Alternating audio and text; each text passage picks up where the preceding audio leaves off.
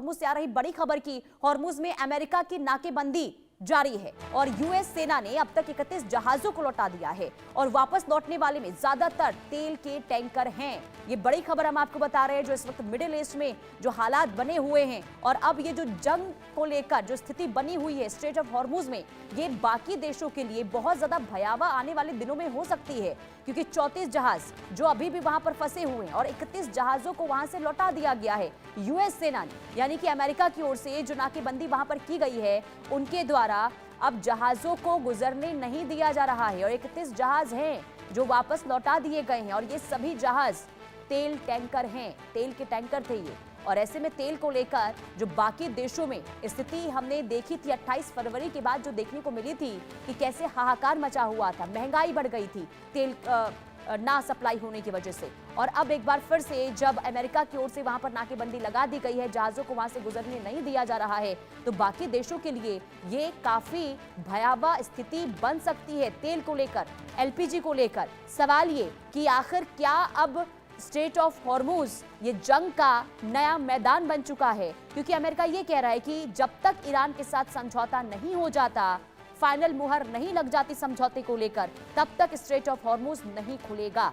और ईरान ये कह रहा है कि अगर नाकेबंदी अमेरिका की ओर से इसी तरीके से जारी रहेगी तो ये एक्ट ऑफ वॉर माना जाएगा। और इसके बाद कई विशेषज्ञ ये मान रहे हैं कि हो सकता है कि ईरान की ओर से इसे लेकर हमला भी कर दिया जाए। और ऐसे में सवाल ये कि क्या जंग की एक नई यहाँ पर तैयारी हो रही है अमेरिका और ईरान के बीच में, क्योंकि सीज फायर का ऐलान अमेरिका ने जरूर कर दिया है, लेकिन ईरान ये कह रहा है ये तो सिर्फ छलावा है, यानी कि इसके पीछे तैयारी हो रही है अमेरिका की जंग को लेकर।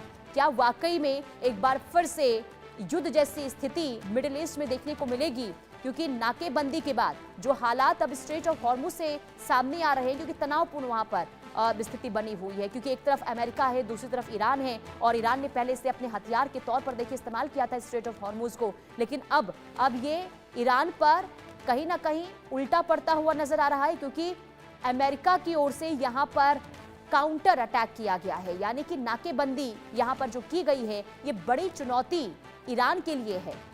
और ऐसे में ईरान ने ये कहा कि अगर नाकेबंदी नहीं हटती है तो हम फिर इसका बदला दूसरे देशों से लेंगे। और यही वजह है कि हमने खबर आपको इससे पहले भी बताई थी कि कैसे 3 जहाजों पर हमला किया गया है ईरान की ओर से, और 2 ऐसे जहाज थे जिसे सीज भी किया गया है। और अब ये बड़ी खबर हॉर्मुज में अमेरिका की नाकाबंदी अभी भी जारी है और यूएस सेना ने अब तक 31 जहाजों को वापस लौटा दिया है और वापस लौटने वाले ज्यादातर तेल के टैंकर थे। और अगर इसी तरीके से सप्लाई तेल को लेकर बाधित होती रही तो तेल सप्लाई को लेकर हालात जो है वो बहुत ज्यादा खराब आगे आने वाले दिनों में हो जाएंगे। और ये बड़ी खबर सामने आ रही है जहां आईआरजीसी ने एक फुटेज जारी किया है, ईरान ने हॉर्मुज में जहाज को कब्जे में लिया है, ईरान ने हॉर्मुज में जहाज को कब्जे में लिया है। और इसके अलावा आपको बता दें कि जहाज को जब्त यहां पर किया गया एमएनसी, और आईआरजीसी ने इसका फुटेज जारी करके ये बताया है कि एक जहाज को कब्जे में लिया गया है।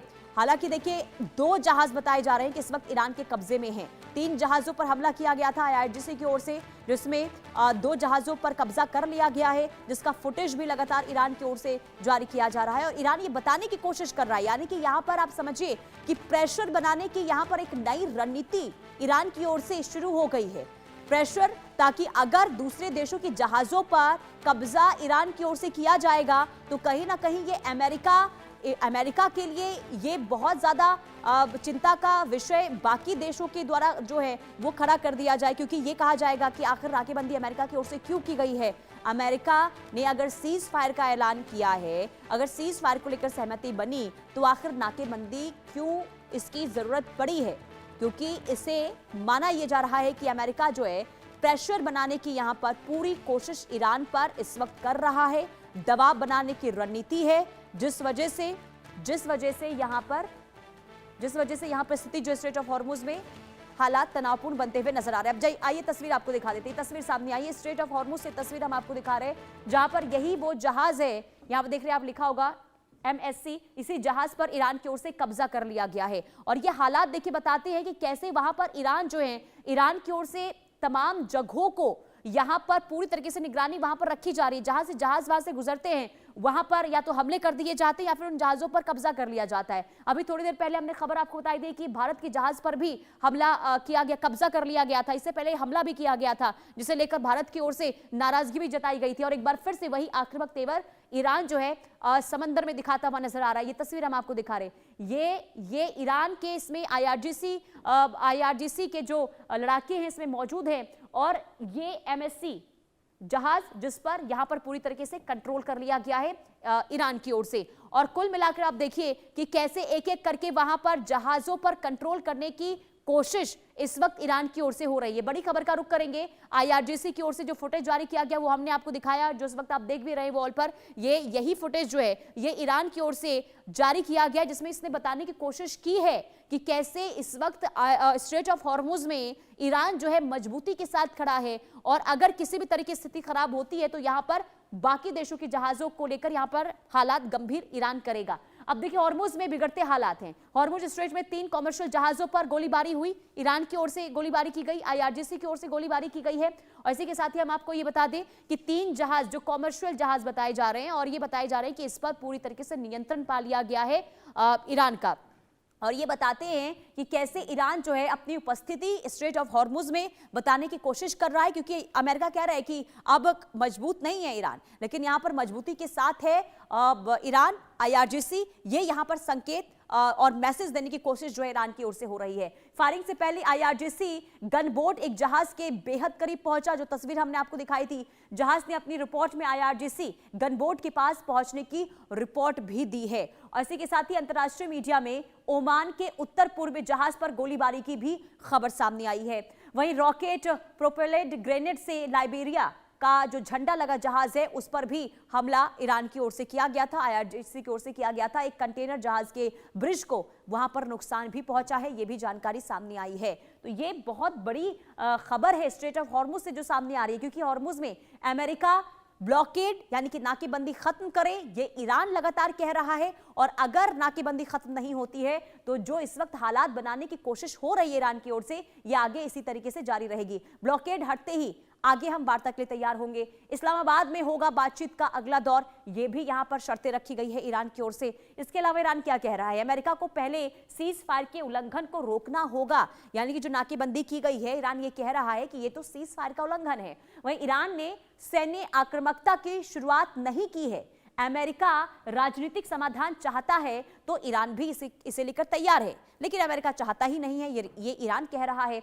वहीं ये युद्ध चाहते हैं, ये कह रहा है ईरान की वो युद्ध चाहते हैं, हॉर्मुज में अमेरिका ब्लॉकेड खत्म करे। यानी कि जो अभी स्ट्रेट ऑफ हॉर्मुज में हालात बने हुए हैं जंग के जैसे, जो हमले हो रहे हैं जहाजों पर, इसके पीछे की वजह है कि अमेरिका की नाकेबंदी। और ईरान ने ये कहा है कि ये युद्ध जैसी स्थिति अमेरिका की ओर से बनाई गई है। अमेरिका चाहता है कि युद्ध हो, अगर नहीं चाहता तो नाकेबंदी को हटा दे, हम वार्ता के लिए तैयार हैं। क्योंकि बार बार ऐसी खबरें सामने आ रही थी कि बहुत जल्द दोनों देशों के बीच में बातचीत होगी, लेकिन अमेरिका ने यहां पर शर्त रख दी है कि बातचीत दूसरे दौर की तब तक नहीं होगी जब तक नाकेबंदी नहीं हटती है। और ईरान के इस शर्त को अमेरिका मानने को तैयार है नहीं। अमेरिका ये कह रहा है कि नाकेबंदी इसी तरीके से जारी रहेगी और जब तक कोई समझौता नहीं हो जाता। ऐसे में सवाल कई हैं कि क्या एक बार फिर से जंग जो है मिडिल ईस्ट में होती हुई नजर आएगी। आगे आखिर क्या होगा, आखिर क्या स्थिति जो है वो बन सकती है, क्योंकि ईरान की जो शर्तें हैं इसे मानने के लिए फिलहाल अमेरिका ने इनकार कर दिया है। सबसे पहली और सबसे बड़ी शर्त है नाकेबंदी। लेकिन देखिए ये अमेरिका के लिए बहुत बड़ी चुनौती यहां पर ईरान की ओर से बनाई जा रही है और अमेरिका यहां पर पूरी टक्कर, ईरान जो है अमेरिका को पूरी टक्कर यहां पर देता हुआ नजर आ रहा है। आगे बढ़ते हैं, बड़ी खबर, इजरायली फौज का लेबनान में बड़ा हमला हुआ है। हमले के बाद लेबनान के रचाफ गांव में भारी तबाही देखने को मिली है। सैटेलाइट इमेज में तबाही का मंजर इस वक्त देखने को मिल रहा है। तो इजरायल के हमले एक बार फिर से शुरू हो चुके हैं। सैटेलाइट इमेज की जो तस्वीर सामने आई है, जहां सिर्फ और सिर्फ तबाही नजर आ रही है। हमले के बाद लेबनान के रचाफ गांव में भारी तबाही, और ना सिर्फ रचाफ गांव बल्कि इजरायल के हमले से लेबनान के कई ऐसे गांव हैं जो मलबे में तब्दील हो गए हैं। यानी कि वहां पर कुछ नहीं बचा है, सिर्फ और सिर्फ मलबा और बर्बादी के निशान नजर आ रहे हैं। और ऐसे में क्योंकि बीच में देखिए सीज फायर हुआ था, लेकिन इसके बावजूद भी हमले निरंतर जारी रहे, क्योंकि इजराइल ये कह रहा है कि हम तो सिर्फ हिजबुल्लाह पर हमला कर रहे हैं, हमारा मकसद ये है कि हिजबुल्लाह को हमें खत्म करना है और हम हिजबुल्लाह को जब तक खत्म नहीं करते ऑपरेशन इसी तरीके से जारी रहेगा। और एक बार फिर से देखिए, इजरायली फौज ने लेबनान में हमला किया है और हमले के बाद एक बार फिर से तबाही की तस्वीर सामने आई है। रचाफ गांव है लेबनान में और वहां पर तबाही, वहां पर बमबारी की गई है। सैटेलाइट की तस्वीर सामने आई है, वो भी आपको दिखाएंगे। लेकिन सवाल कई हैं कि आखिर कब और कैसे ये युद्ध रुक पाएगा, क्योंकि कोई भी देश इस वक्त पीछे हटने को तैयार नहीं है।